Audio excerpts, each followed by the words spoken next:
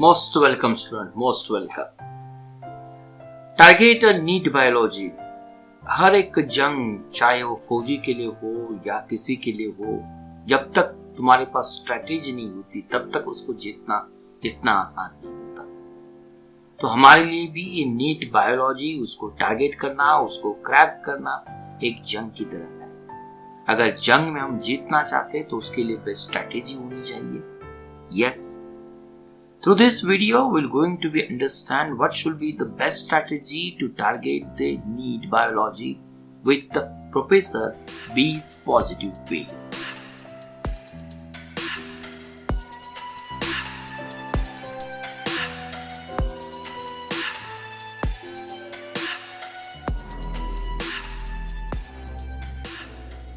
Yes, my dear students, here we're going to be understand the very simple and lucid but day-to-day life strategy to crack the any examination. Now first, हमें पूरी अच्छी तरह से मालूम है, अगर NEET biology को अगर हम सिलेबस देखते हैं, उसका सोर्स देखते हैं, तो बेसिक जो सोर्स होता है ये एनसीईआरटी बायोलॉजी की बुक्स होते हैं।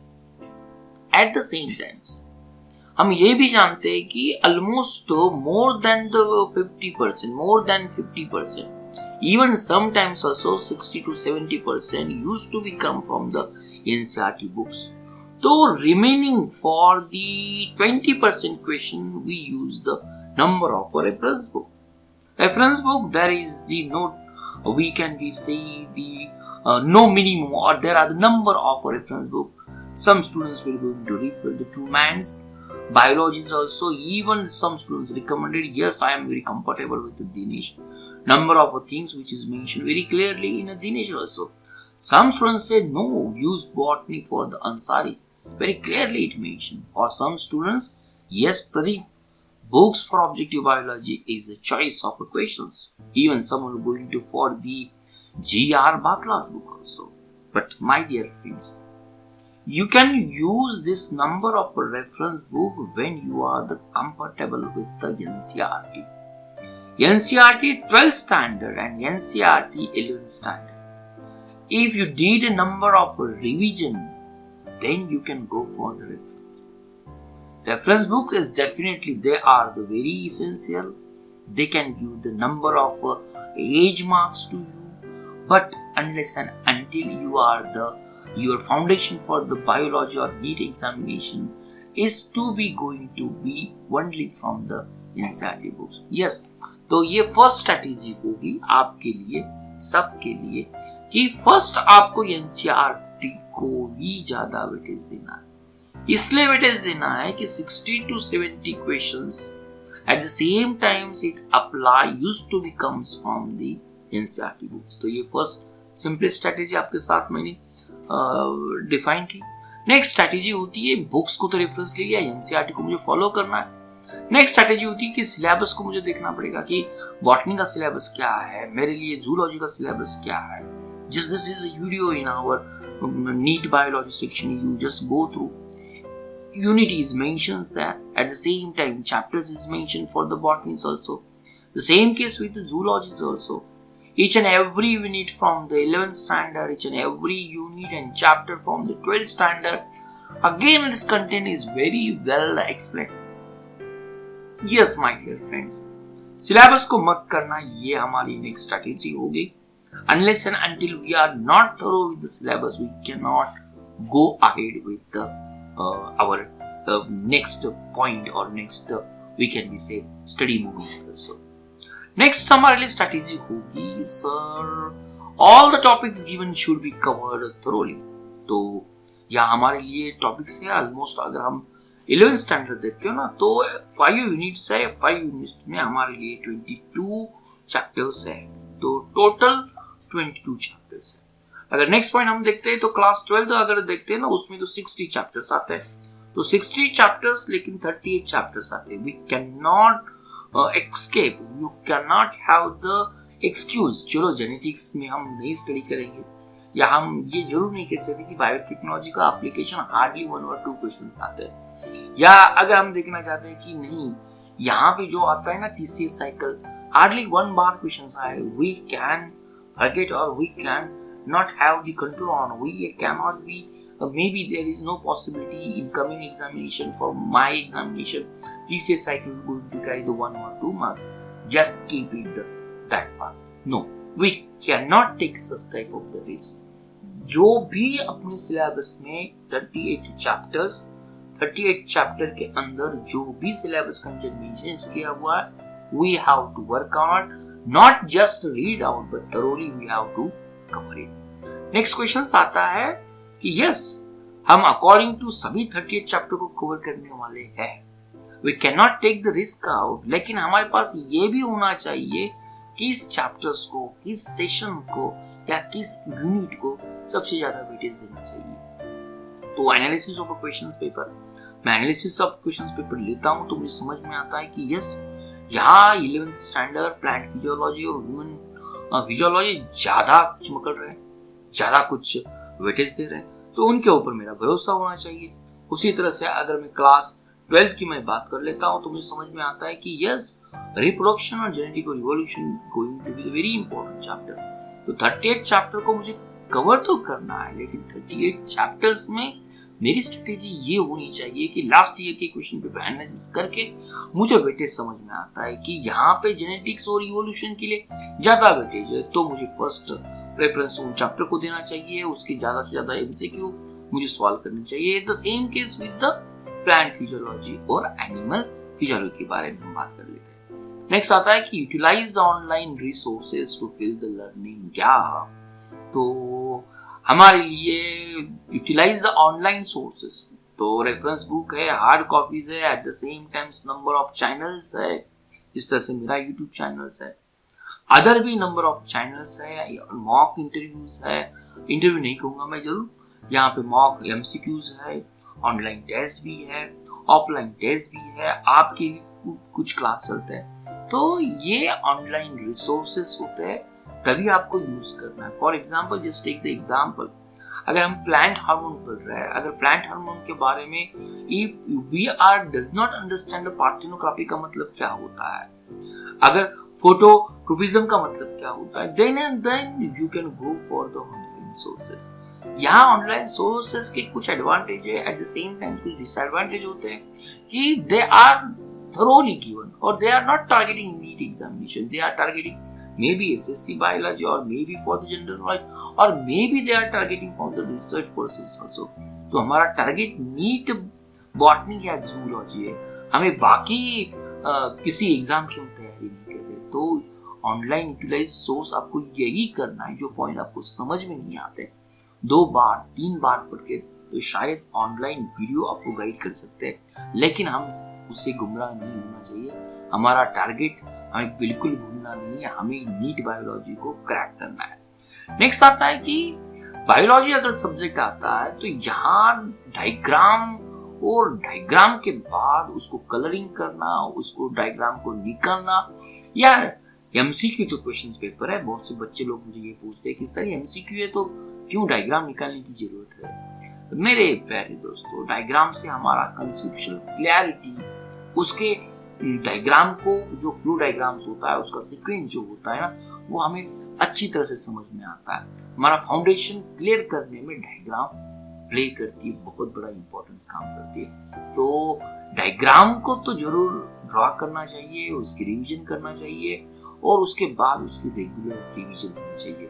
अगर हो सके आप कलर डायग्राम भी कर, तो ये स्टडी के लिए कुछ अलग सा माहौल बन जाता है। Maybe we take the more interest in our the biology as a subject. तो ये एक बढ़िया बात हो सकती है, अगर हम डायग्राम को ज्यादा स्ट्रेस देते हो तो डायग्राम के ऊपर हमें काम करना है। नेक्स्ट स्ट्रेटेजी आती है कि सर ये नंबर ऑफ बुक्स है, नंबर ऑफ रेफरेंस बुक है, तो एग्जैक्टली हम कहाँ से डायग्राम्स और टेबल को निकालने की कोशिश करेंगे। तो माय डियर फ्रेंड, देखो 60 to 70 क्वेश्चंस एनसीईआरटी से कवर होते हैं, एग्जाम्पल भी एनसीईआरटी से आते हैं, तो हमारा वेटेज भी एनसीईआरटी के 11th स्टैंडर्ड और 12th स्टैंडर्ड बुक्स को ही होना चाहिए। जो भी टेबुलर फॉर्म में इंफॉर्मेशन दी है उसके लिए हमें इसके ऊपर काम करना जरूरत होती है। नेक्स्ट आता है, जिस तरह से अभी मैंने आपके साथ एग्जाम्पल शेयर किया, जो भी एमसीक्यू के अंदर किंगडम के बारे में, प्लांट किंगडम हो, एनिमल किंगडम हो, मॉर्फोलॉजी हो, एनाटॉमी हो या एनिमल टिश्यूज हो, जो भी example, yes there are number of example, लेकिन हमारे लिए एग्जाम्पल के लिए रेफरेंस होना चाहिए एनसीईआरटी बुक्स।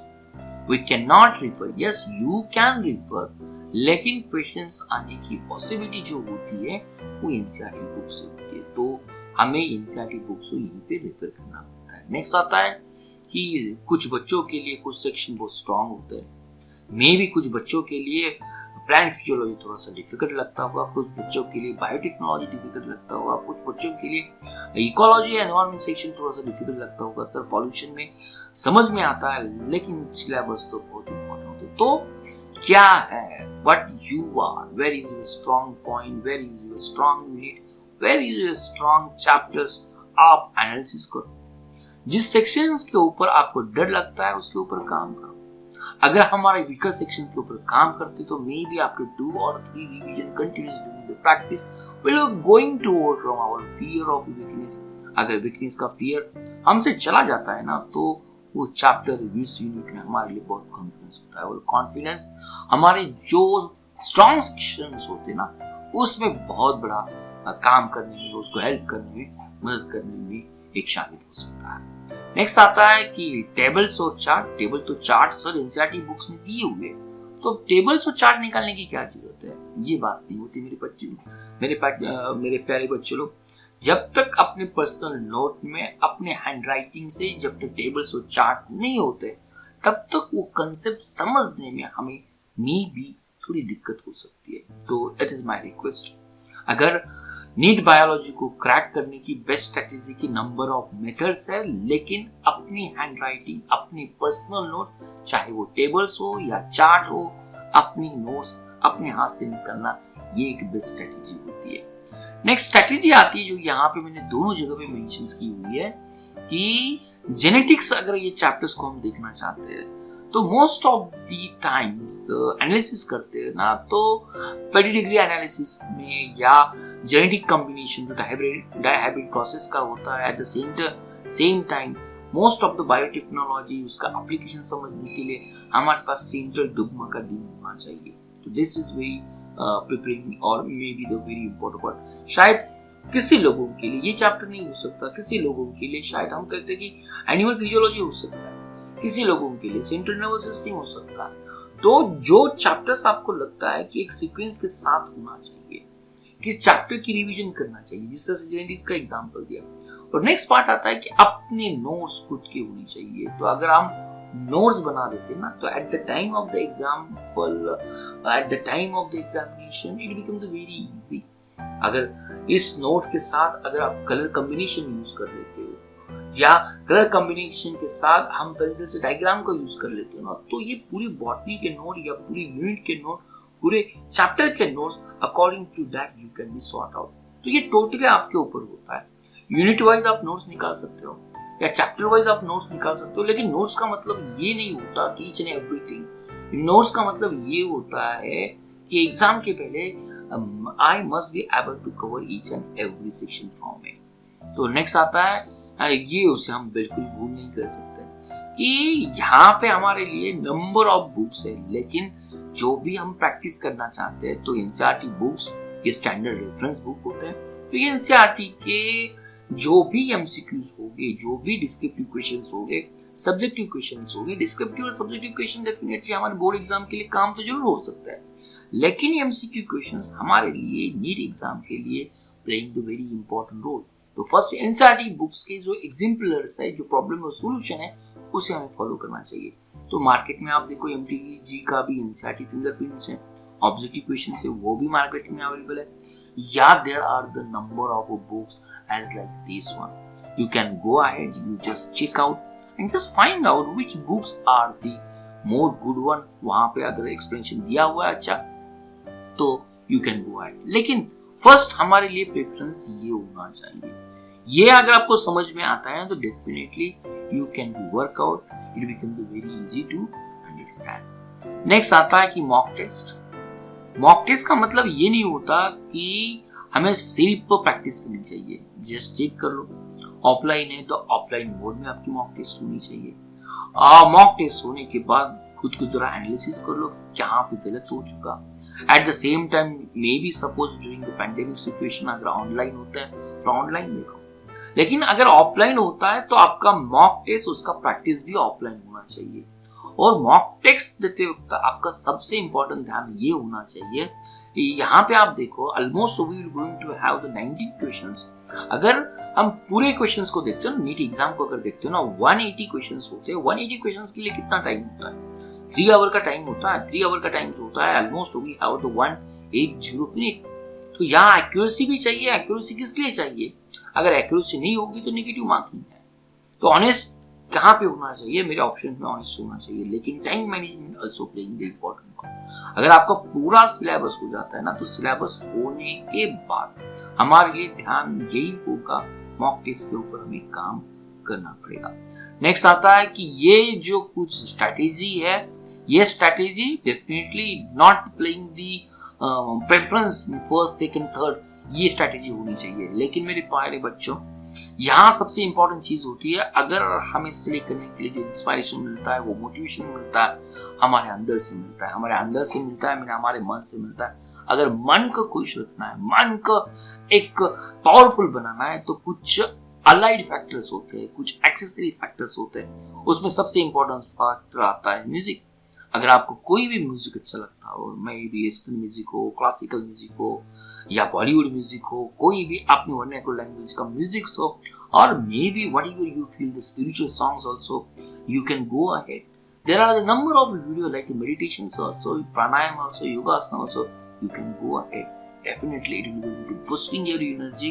और आपको यस अगर टाइम मिलता है तो उस वक्त आप काम कर सकते हो। ये बहुत इंपॉर्टेंस होता है। We can not go ahead continuously for 10 hour 12 hour. छोटा छोटा ब्रेक बनता है और वो बहुत इंपॉर्टेंस होता है। अगर 2 घंटे के बाद अगर आपका छोटा सा शॉर्ट नैप भी हो जाता है ना, तो हमें एक एनर्जी देता है। मे बी ये छोटा सा नींद हमारे लिए 2 आवर्स के लिए एक एनर्जी, ये बूस्टिंग काम देता है। तो शॉर्ट ब्रेक होनी चाहिए। मे बी शॉर्ट ब्रेक्स में अगर आप चाहते हो कुछ खाना है, आप खा सकते हो। अगर चाहते हो थोड़ा मूवीज देखना है, you can go ahead, you can enjoy the movies. लेकिन 10 मिनट का ही होना चाहिए, 10 या 15 मिनट का, लेकिन ये होना चाहिए 2 आवर के बाद। तो ये बैलेंस बन जाता है। तो स्टडी के लिए ज्यादा वेटेज देना चाहिए, ब्रेक के लिए थोड़ा छोटा छोटा वेटेज देना चाहिए, लेकिन ब्रेक लेना जरूरी होता है। नेक्स्ट स्ट्रेटेजी आती है कि हम बहुत से लोग ये भूल देते हैं कि नहीं, मुझे तो सिर्फ स्टडी करना है, सिलेबस तो बहुत वास्ट होता है नीट बायोलॉजी का। I will not going to involve in physical exercise. मेरे प्यारे बच्चों, हम आपके साथ ये बात मैंने शायद बहुत सीक्रेटिव नेचर्स की।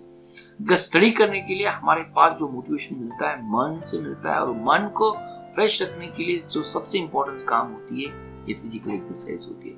शायद वॉकिंग हो सकती है, शायद रनिंग हो सकती है, कई बच्चों के साथ भी घर में खेलना होता है, लेकिन ये इंपॉर्टेंस होता है। It will going to increase our circulation. अगर बढ़ता है तो हमारे लिए फ्रेशनेस होता है। अगर हमारा शरीर फ्रेश है तो मन फ्रेश रहेगा, मन फ्रेश रहेगा तो एग्जाम क्रैक करने में बिल्कुल दिक्कत नहीं होगी। यस, सबसे इंपॉर्टेंट बात आती है कि बैलेंस डाइट।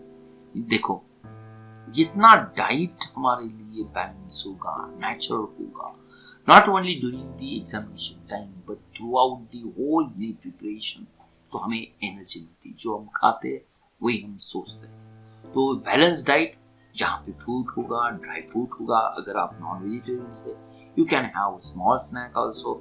और ऑलवेज कीप इन माइंड कि आपका टाइम परफेक्ट होना चाहिए। इट डज नॉट मीन आज 10 है, कल 10 बजे या आपको उठना है, या परसों 10 बजे उठना है। It must be balance. तो everything must be the balance, it must be the feasible. और ये एक हम कहेंगे रियल टाइम में होना चाहिए। मे बी यहाँ कहीं आपको लगता है आज चेंज करना, you can be change your breakfast also, लेकिन बैलेंस डाइट और ये light exercise is going to play the very important part. तो कुछ स्ट्रैटेजी न्यू थी, कुछ स्ट्रैटेजी आप सभी लोग जानते थे, लेकिन अगर यहाँ वीडियो में मेंशन कर लेता हूँ ना, तो आपको समझ में आता है हाँ, मैं तो फिजिकल एक्सरसाइज तो कम करता था, सर ने कहा फिजिकल एक्सरसाइज होनी चाहिए। मे बी आप वीडियो देखने के बाद या थोड़ा सोचने के बाद थोड़ा एक्सरसाइज जरूर करेंगे। या कुछ लोग सोचते होंगे कि सर हमने अभी तक क्वेश्चन पेपर का एनालिसिस नहीं किया, तो क्वेश्चन पेपर एनालिसिस करना चाहिए। तो एट द लास्ट जो बेस्ट स्ट्रेटेजी होगी आपके लिए स्टडी प्लानर होगा। स्टडी प्लानर में आपके पास प्रेफरेंस होंगे, एनसीईआरटी होगा, एनसीईआरटी होगा कंप्लीट किया, उसके प्रॉब्लम्स और सॉल्यूशन होंगे। प्रॉब्लम सॉल्यूशन के बाद मेरा रेफरेंस होगा, रेफरेंस बुक के ऊपर होगा। देन मुझे मॉक टेस्ट की प्रैक्टिस करनी है, देन मुझे ऑनलाइन या ऑफलाइन मुझे वर्कआउट करना है। और सबसे लास्ट बात यही होती है कि हमें तो क्रैक करना है, हमें तो टारगेट करना है। एट द सेम टाइम्स हमारे लिए मोटिवेशन हमारे किसी भी हालत में, don't feel you are neglected person, don't feel at any moment if you are not comfortable with the syllabus, if you are not comfortable with the understanding of the each and every content, just keep your aim high। और एक बात बहुत तय होती है, कोई भी plan आपका हार्ड नहीं होना चाहिए। अगर घर में कोई फंक्शंस है, कुछ मेहमान आते हैं, तो आपका प्लान फीजिबल होना चाहिए। सबसे इम्पोर्टेंट बात तो हमारे घर वाले होते हैं। घर वाले हमारे लिए टाइम देते हैं, तो हमारा फर्ज बनता है कि we have to give some time. का मतलब नहीं होता एग्जाम्स होती है तो मैं सभी मेरे रिश्तेदारों को भूल जाऊं। तो ये है and have a customized plan. अगर आपको लगता है कि मैंने 10 बजे का टाइम दिया है, 10 बजे कभी कभी नहीं हो सकता, मे बी 8 बजे हो सकता है, 9 बजे किसी के लिए, मे बी ब्रेकफास्ट के लिए हो सकता है, हार्डली मॉर्निंग वेकअप के लिए हो सकता है। Plan must be the customized. Flexible होना ये बहुत इंपॉर्टेंट होती है। ये थोड़ी चीजें अगर आप उसको फॉलो कर सकते हैं तो आपकी जो उम्मीदें है, आपने जो सपना देखा है, definitely you will be on the right pathway. My dear friend, good luck to you and very best of luck. Thank you for watching Target with Professor B's Positive Way. We request you to be a voluntary donator to become our Prime and Pride Motivator.